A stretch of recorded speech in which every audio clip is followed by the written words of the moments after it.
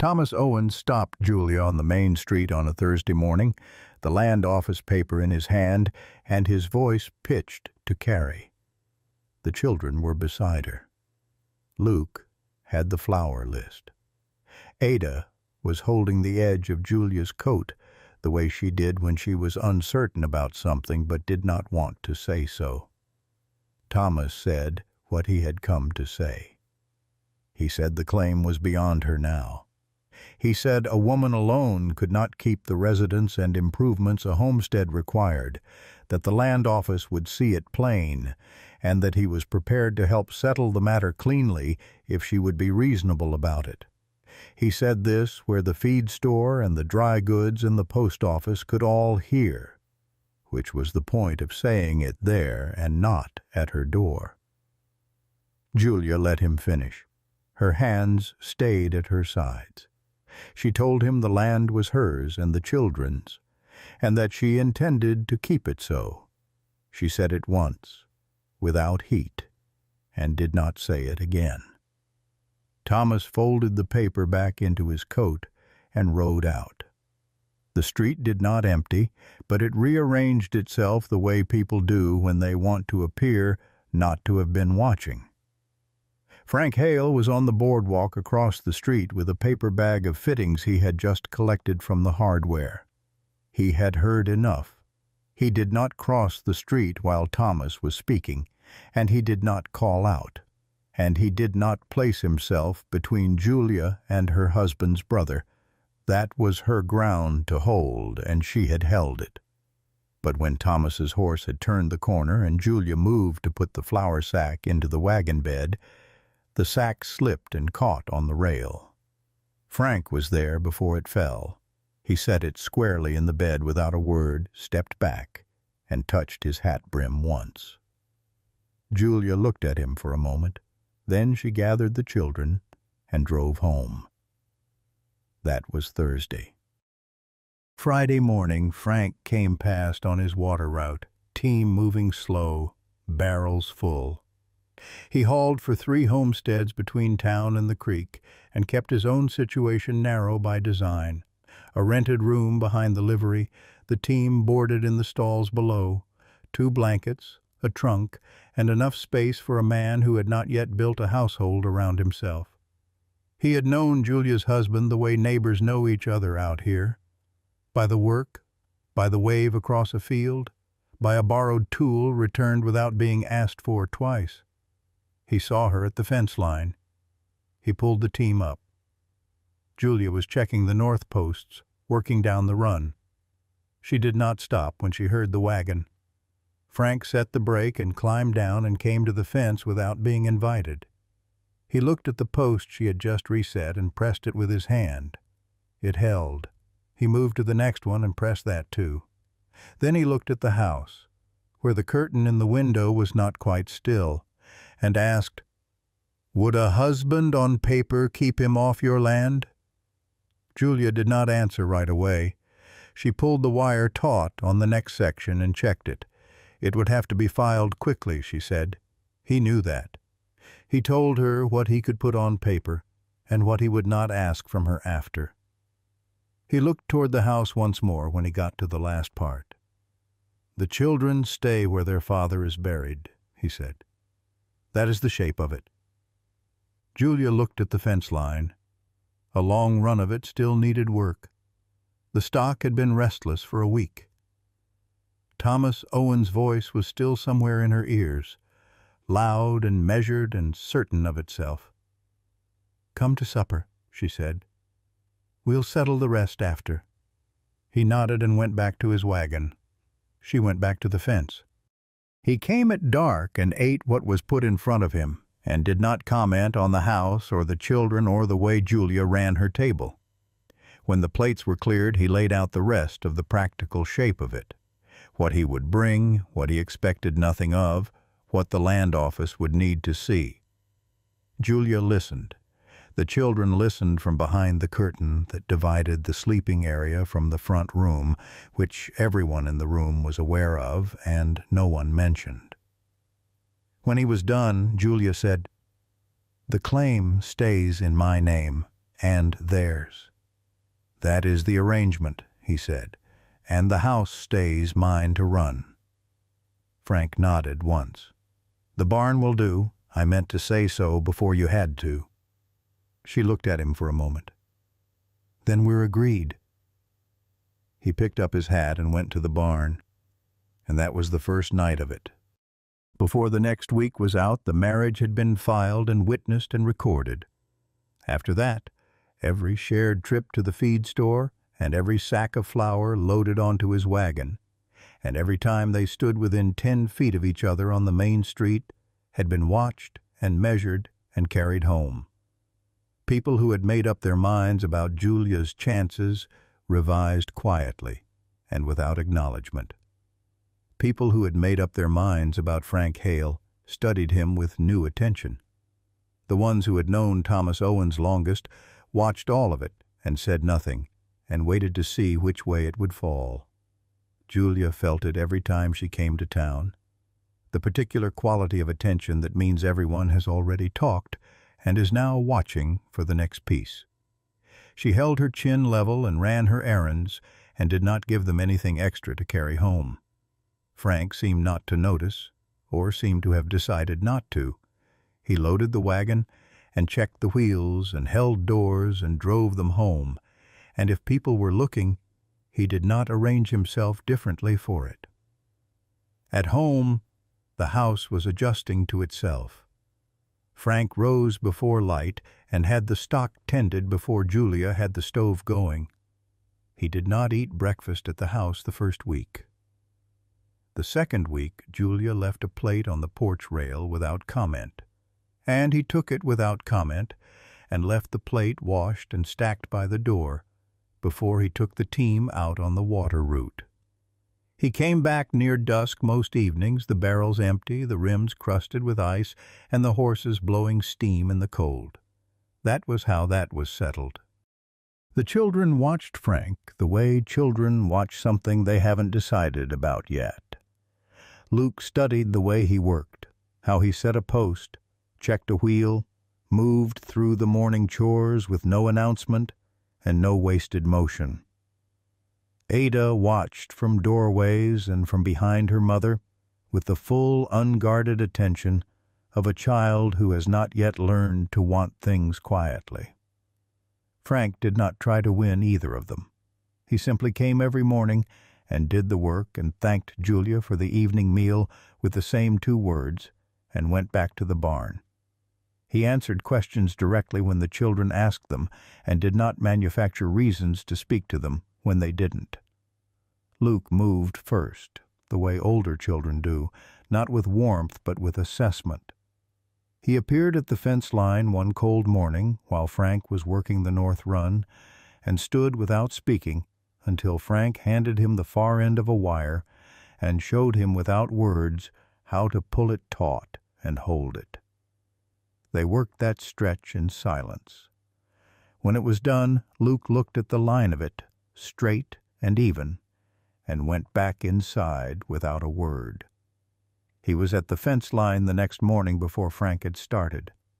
Ada moved differently.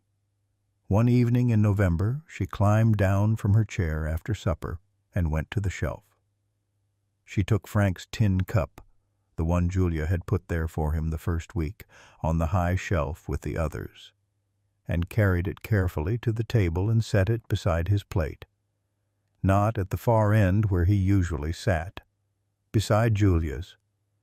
She climbed back into her chair and picked up her spoon, and ate as though she had not done anything particular. Julia saw it. She said nothing. She filled the cup when she filled the others. Frank sat down, looked at the cup, and thanked Ada quietly. She studied her bowl with the serious expression of a child managing a feeling that is running a little ahead of her. Luke looked at the cup and looked at his sister and went back to his supper. After the meal, Frank went to the barn. Luke stayed at the table and whittled something that hadn't found its shape yet. The fire settled. Outside, the wind came down from the north and moved along the walls of the house, and the house held against it, and the stove did its steady work, and it was a quiet evening. Thomas Owens came by later in November. He stood at the fence line, the north run, the one Frank had spent 3 days resetting after the filing, and he spoke to Julia about legal provisions and what land office examiners generally thought of arrangements made in haste and what certain neighbors might be willing to say if asked. Frank was on the porch mending harness. He did not stand up, he did not walk to the fence. He kept his hands on the leather and his eyes on the work, and Julia handled every word of it herself, which was what she needed to do, and what Frank seemed to understand without being told. When Thomas had finished, Julia told him the land office would have its answer in the spring and wished him a good ride back. Thomas looked at Frank once before he turned his horse. Frank looked up from the harness. Nothing in his face moved. Thomas rode out. Julia came back to the porch and sat down, and picked up the mending she'd been setting aside for a week, and the afternoon went on around them in the ordinary way. It was December, a gray supper, the wind picking up outside, when Ada set her bread down and asked without looking up whether Frank would keep sleeping in the barn after the landman was finished. The table went quiet. Luke said her name. "I was just asking," Ada said, and picked up her bread again. Nobody answered her. The question sat at the table through the rest of the meal, and everyone knew it was the right question, and everyone knew it was too early to say, and Ada had understood both of those things before she asked. She had asked anyway, because she was 6 and because she wanted it in the room. The hard weather came late in December and kept them all inside for 3 days running. Frank fixed the cabinet hinge that had been pulling since October. He resoled a boot by the stove light. He sharpened every tool in the place and hung them back in order on the wall without making a point of it. On the second day, Luke came and sat near the workbench and asked something specific about the team, a technical question, the kind an 8-year-old asks after thinking about something quietly for a long time. Frank answered the whole of it. Luke asked another question. Frank answered that one too. They were still at it when Julia called them for the midday meal. She stood in the doorway and watched them come in from where they'd been crouched over a piece of harness, talking in the low, focused way of two people working out something that matters, and she turned back to the stove before either of them could see her face. That evening, after the children were in bed, Julia sat at the table with the mending, and Frank sat across with a piece of harness that still needed attention. They worked in the quiet, and the stove put out its steady heat, and the wind pressed at the walls and did not get in. After a while, Julia said the south posts would need work before the hearing. Frank said he'd seen that and would get to them when it broke. She nodded and went back to the mending. He went back to the harness. The fire settled, and the evening went on. The land office hearing was in January. Julia had her documentation in order: receipts, improvement records, sworn statements from 3 neighbors who had watched her work this land through a hard year and were willing to say so in writing. Frank drove her to town. They did not discuss what she would say on the way there. She knew what she would say. Thomas came with a man from the county seat who carried a leather case and had the manner of someone accustomed to being the most prepared person in the room. Julia laid her papers on the table and walked through every item without hesitation. The improvements, the acreage, the fencing dates, the summer work recorded and dated in her husband's hand, the autumn and winter work in her own. When the man with the leather case suggested the claim might have lapsed in the interval before the marriage was filed, she showed him the dates and explained the arithmetic to him quietly and without hurry. The man set his pen down and looked across at Frank. "And you claim interest in the property through marriage?" Frank kept his hands folded on the table. He did not look at Thomas. He looked at the examiner. "I claim the work," he said. "The land is hers." Thomas Owens looked at the floor. The examiner said he would review the file and issue his determination before the thaw broke. Julia thanked him, gathered her papers, and stood. Frank stood when she stood. They walked out into the January cold and climbed into the wagon and drove the 12 miles home, mostly quiet. The road was frozen hard, and the team moved well, and there was nothing that needed saying that the hearing had not already said. February pressed down hard on everything. Frank was up before light every morning for the stock, and Julia heard him go out, and heard him come back. The sound of it had worked its way into the shape of her mornings, the way the stove and the children's voices had, without a decision being made, without a moment she could point to. One evening she found him standing at the north window after the children were in bed, the temperature dropping outside, watching the far post lean in the freeze. She came and stood beside him. She could see what he was looking at. He'd get it in the morning, he said. She knew it. They stood there for a moment. The wind moved across the field. The fence line held, mostly, against it. Julia was aware of him beside her the way you are aware of a post that has been reset and holds. Not with surprise anymore, but with something that had replaced surprise gradually and without announcement. She went to the stove and put the kettle on. After a moment she heard him pull out the chair at the table. They sat together in the warmth while the cold pressed at the walls, and neither of them said anything more, and the quiet between them had changed enough from the first nights that Julia noticed it and let herself notice it, and did not look away. The determination came in March. Contest dismissed. Claim confirmed to Julia Owens, secured for her children. She read it at the table. Luke read it over her shoulder. Ada watched Luke's face, and when his breath came out, she let hers out too. Julia folded the letter and set it on the shelf where she kept what mattered. Frank was outside at the far post, working it back to true in the thaw. She went to the door. "It's done," she called. "We kept it." He stood up straight. Something in his face settled, the way a man looks when he has been holding something carefully for a long time and can finally set it down. He nodded once.